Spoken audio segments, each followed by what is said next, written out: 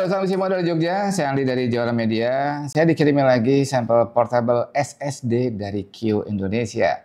Kalau nggak salah ini yang ketiga kali ya. Saya pernah juga review beberapa portable SSD dari Kio.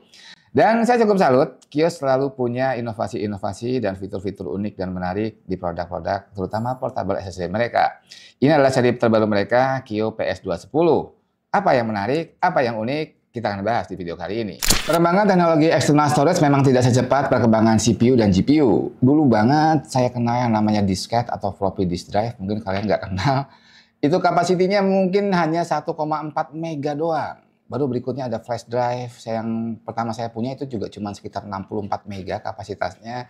Ada hard disk eksternal dan baru beberapa tahun terakhir kita kenal yang namanya portable SSD atau SSD eksternal. Makin ke sini kapasitasnya semakin besar dan juga speed transfernya jauh-jauh lebih kencang. Dan salah satu yang paling di-highlight oleh si Kio PS210 ini adalah memang tentang kecepatannya. Mereka klaim bandwidth maksimumnya sampai 20 gigabit per second dengan kemampuan data transfernya sampai 2000 megabyte per second. Oke, kita akan coba lihat spesifikasi detailnya merujuk pada website mereka, kio.co.id. Kio PS210 kayak gini, konstruksinya bisa diputar 360 derajat dan ini memang memiliki dua buah interface, USB Type-C dan USB Type-A. Oke, kita coba lihat spesifikasinya merujuk pada website mereka, kio.co.id. Pertama yang mereka tulis adalah masalah performance-nya. Ini up to 20 gigabit per second. Terus interface-nya untuk yang Type-C ini USB 3.2 Gen 2 X2 yang 20 gigabit per second. Sedangkan yang Type A ini USB 3.2 Gen 2 10 gigabit per second. Menggunakan controller dari Silicon Motion SM2320 yang memang secara teori spesifikasi mampu untuk mentransfer data sekencang itu. Terus untuk jenis NAND-nya ini menggunakan 3D NAND TLC dan material untuk covernya ini aluminium yang solid banget. Dimensinya compact banget, panjangnya nggak sampai 9 cm, lebarnya 2 cm, dan tebalnya 12 mm, 1,2 cm doang. Dengan berat hanya 54 gram. Terus untuk operation temperaturnya, mereka klaim cuma sampai maksimum 70 derajat Celcius. Untuk support OS-nya, dari mulai Windows, Mac OS, Linux, iOS, dan tentu juga Android. Speed yang mereka klaimkan kenceng banget. Jadi kalau transfer data rate-nya sampai 2000 megabyte per detiknya. Dan secara teori ini jauh-jauh lebih kencang dibandingkan SSD SATA internal ya. 4 kali lipat ya. SATA SSD itu sekitar 500 megabyte per second. Dan kapasitasnya juga yang mereka tawarkan dari mulai 256 GB sampai ke 2 terabyte. Gede banget. Saya jadi mikir nih, dengan kecepatan segitu dan juga dengan kapasitas sebesar ini, harusnya ada beberapa skenario yang bisa saya coba yang mungkin bisa membantu pekerjaan saya sebagai reviewer. Oke, kita akan coba nanti skenario yang saya maksudkan, tapi sebelumnya kita cek dulu di klaimnya mereka. Bener nggak sih speed transfernya sekencang itu? Yuk, kita mulai. Oke, kita akan langsung coba buktikan klaim speed dari Kio PS210 ini. Tapi yang perlu diperhatikan, ini kan interface-nya USB 3.2 Gen 2 X2 untuk yang Type-C ya. Ini ya. Jadi kalau mau maksimum, kalian juga harus perhatikan interface USB untuk PC dan notebook kalian. Harus sesuai dengan interface USB yang si Kio PS210 ini, baru portable SSD ini bisa berjalan di titik maksimumnya.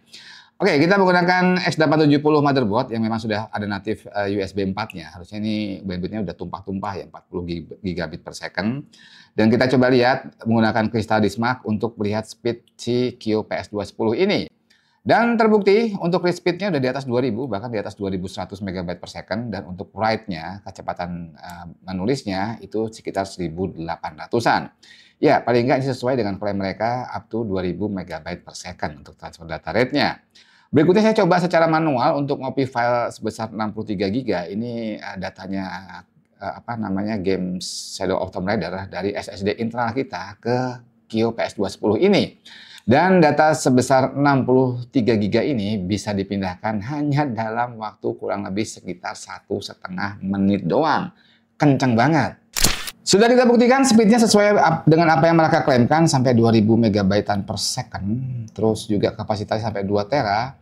Jadi menurut saya external storage seperti ini, portable SSD seperti ini memang tetap dibutuhkan. Walaupun sudah zaman internet yang katanya kencang dan juga ada teknologi drive yang bisa kita upload dan download dimanapun kita berada. Cuman untuk beberapa skenario seperti file yang sangat besar, contohnya aja video-video YouTube kita nih, itu kalau rata-rata yang durasi 10 menit sampai 15 menit bisa di atas 10 giga ya. Kalau kita harus upload dan di rumah saya mau coba cek itu harus download lagi, itu tetap akan makan waktu dan juga makan kuota. Apalagi kalau internetnya nggak kencang, itu bisa lama banget. Jadi menurut saya solusi-solusi storage eksternal sekencang ini tetap matter banget, even di zaman internet sekarang. Terus ada beberapa skenario yang saya ingin coba. Jadi selama ini saya sebagai reviewer tuh sering banget ngetes beberapa hardware baru, entah itu GPU, CPU, ataupun motherboard. Dan saya harus melakukan beberapa tes game untuk melihat performa komponen-komponen tersebut. Yang saya lakukan selama ini adalah memindah beberapa SSD dari motherboard satu ke motherboard yang lain, dari PC satu ke PC yang lain. Dan ini sangat merepotkan. Harus bongkar dulu PC-nya, buka penutup NVMe-nya, nyopot SSD-nya, masang lagi di sistem yang baru. Dan ini merepotkan dan juga makan waktu. Saya ngebayangin gimana kira-kira kalau beberapa koleksi game Steam saya, Steam library-nya saya copy ke sini. Jadi bayangan saya tinggal login Steam aja di sistem yang ingin saya coba dan menjalankan game-gamenya langsung dari external storage ini. Kira-kira bisa atau enggak? Kalaupun bisa, kira-kira reliable atau enggak? Apakah ada penurunan performa atau tidak? Penasaran? Saya juga penasaran. Yuk kita coba. Oke, kita akan coba copy Steam library saya yang bisa saya pakai untuk benchmark ke PS210 ini.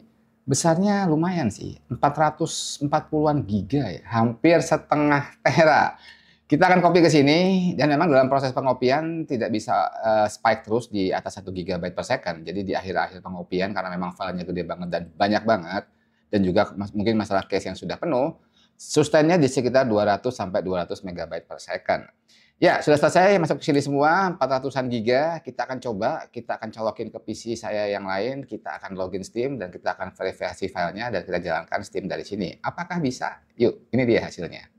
Kita coba, kita colok di sistem tes kita, di X870 motherboard Nova dari ASRock ini, di USB 4-nya, dan kita install Steam-nya, login dengan akun saya, dan verifikasi file, dan jalan. Ya, bisa jalan.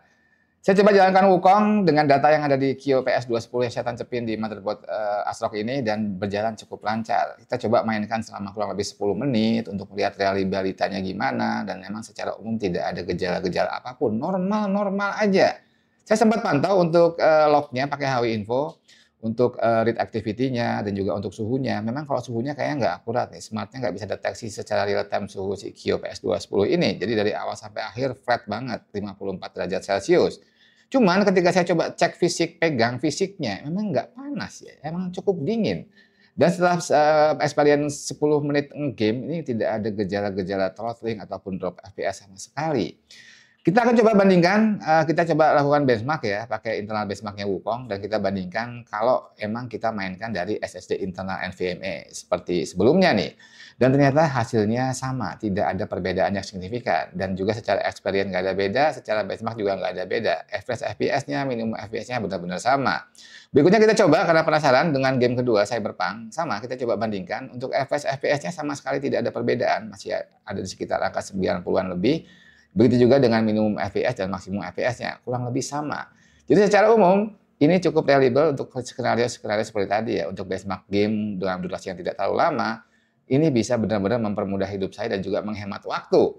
Saya nggak nyamin kalau ini bisa jadi reliable untuk seharian di game, dipakai game berjam-jam ya. Cuman buat saya sebagai reviewer, skenario-skenario seperti ini jelas sangat membantu efisiensi waktu saya. Dan kita sampai pada video, jujur aja buat orang-orang kayak saya, adanya produk-produk kayak Kio PS210 ini jelas-jelas bisa membantu dan juga membuat hidup saya lebih indah harusnya, lebih produktif juga. Kenceng banget dan juga reliable dengan kapasitas yang gede ya, sampai ke 2 tera. Apalagi tadi skenario terakhir, kita bisa jalankan beberapa games dan aplikasi langsung dari storage eksternal ini. Jadi lebih praktis, nggak ribet, dan harusnya bisa membuat hidup saya jauh lebih indah. Oke, saya akan informasikan harganya. Jadi sekarang sedang launching promo, jadi ada potongan 100 sampai 200 ribu rupiah. Jadi ini ada 4 kapasitas, 256 GB sampai ke 2 tera.